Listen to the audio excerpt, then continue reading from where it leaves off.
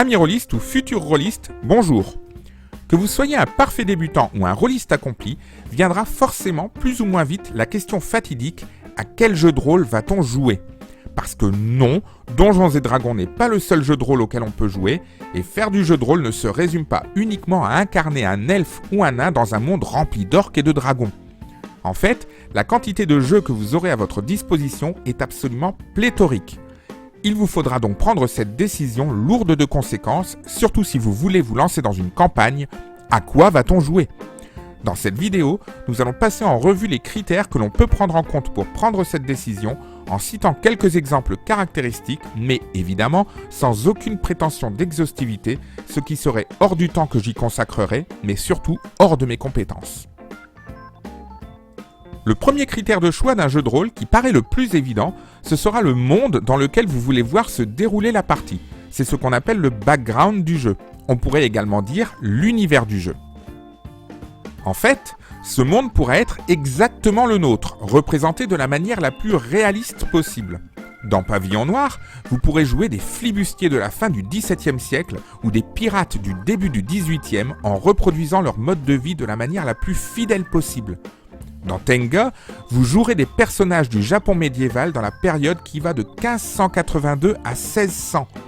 Mais vous pourrez également jouer dans notre monde, mais avec une réalité différente, où les éléments fantastiques seront plus ou moins abondants et où la magie peut exister. Toujours dans la catégorie pirate, Capitaine Vaudou vous permettra de jouer des pirates dans la mer des Caraïbes, mais où les esprits et la magie interviennent de manière active. Dans Antica, vous jouerez dans l'Antiquité les aventures de héros grecs d'ascendance divine. Dans Néphilim, vous jouerez de nos jours des êtres immortels obligés de s'incarner dans des humains et pourchassés par des organisations telles que l'Ordre des Templiers. Dans Tales from the Loop, vous incarnez des enfants dans des années 80, nous dirons parallèles. Et avec Icons, vous serez rien moins que des super-héros. Sans oublier nombre de jeux d'anticipation, voire post-apocalyptiques, où vous vous retrouverez dans un futur plus ou moins lointain et plus ou moins sombre de notre monde, comme c'est le cas pour Cyberpunk. Et enfin, vous pouvez jouer dans un monde complètement différent du nôtre.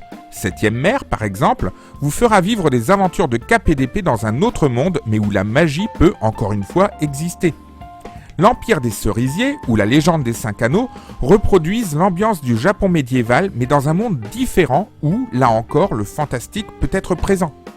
Et évidemment, vous trouverez tous les jeux d'Heroic Fantasy plus ou moins sombres, plus ou moins riches en magie, comme Warhammer ou le plus célèbre des jeux de rôle, Donjons et Dragons. Enfin, n'oubliez pas que de grandes licences cinématographiques sont déclinées en jeux de rôle. Vous pouvez jouer dans le monde du Seigneur des Anneaux grâce au jeu L'Anneau Unique et Aventure en Terre du Milieu. Mais notez que vous n'y incarnerez pas les personnages connus de la saga, cela n'aurait pas de sens puisque nous connaissons déjà leur histoire, alors que le but du jeu de rôle est justement de créer une histoire. Il existe également toute une gamme de jeux de rôle Star Wars, mais aussi des jeux de rôle Star Trek et même depuis récemment Alien. Il y a cependant une exception notable, c'est le refus de J.K. Rowling d'autoriser une adaptation officielle de Harry Potter en jeu de rôle. Qu'à cela ne tienne, vous trouverez sur internet des adaptations non officielles de fans. Mieux, comme elles sont non officielles, elles sont interdites de vente et donc gratuites. Vous comprenez donc que le monde dans lequel vous jouerez influencera l'ambiance de vos parties.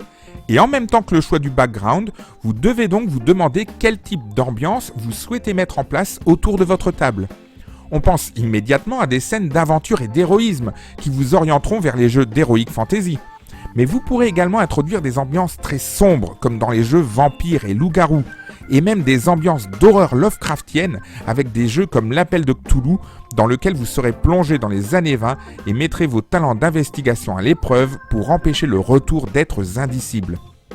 Vous pourriez également mettre un peu de poésie dans vos parties, notamment avec les jeux oniriques qui se déroulent dans le monde des rêves, comme dans le cas du jeu Rêve de Dragon. Surtout, n'oubliez pas que les joueurs avec lesquels vous jouerez influenceront ce choix, notamment en fonction de leur maturité.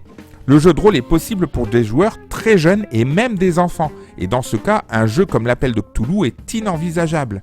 Mais même cela a été pensé, et vous trouverez des jeux qui leur sont parfaitement adaptés et qui donneront pourtant tout autant de plaisir aux adultes.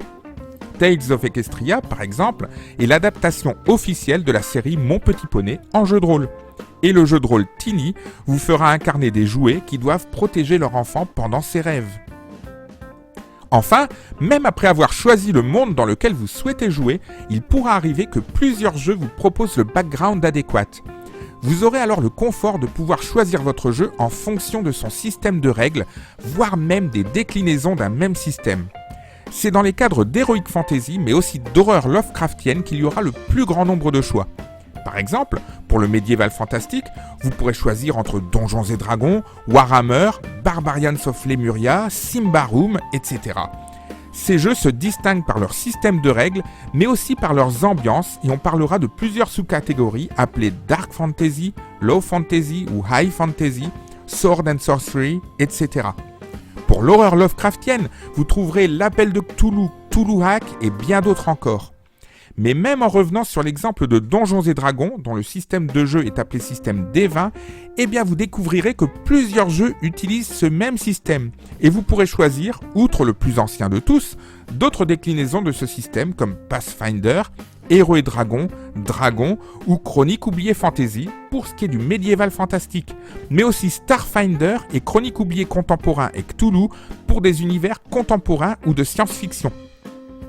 Et pour terminer concernant le choix du système, il reste à évoquer le cas particulier de ce que l'on appelle les systèmes génériques. Des jeux comme par exemple Fate, Savage World ou même Chronique oubliée sont simplement des systèmes de jeu basiques qui vous donnent des règles pour jouer au jeu de rôle avec la liberté pour vous de choisir, voire de créer le monde dans lequel se déroule votre partie. J'espère donc avec cette vidéo vous avoir montré l'étendue des possibilités qui vous sont offertes en jeu de rôle.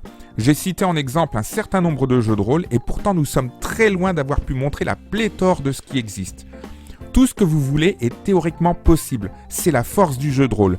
Et si vous avez une idée précise mais que vous ne connaissez pas assez les gammes proposées, n'hésitez pas à discuter auprès de la communauté des rôlistes sur les forums ou sur Facebook. Tout le monde aura à cœur de vous conseiller le jeu de rôle qui vous conviendra le mieux selon vos critères. Une fois votre décision prise, il ne restera plus qu'à apprendre à jouer au jeu, mais ça, ce sera l'objet de futures vidéos de la chaîne. Avant cela, si la vidéo vous a plu, likez, partagez, et si vous voulez d'autres idées, commentez et pensez à vous abonner et à cliquer sur la cloche pour être tenu au courant des prochaines publications de la chaîne. En attendant, soyez prudents, portez-vous bien et à bientôt pour une nouvelle vidéo JDR pratique.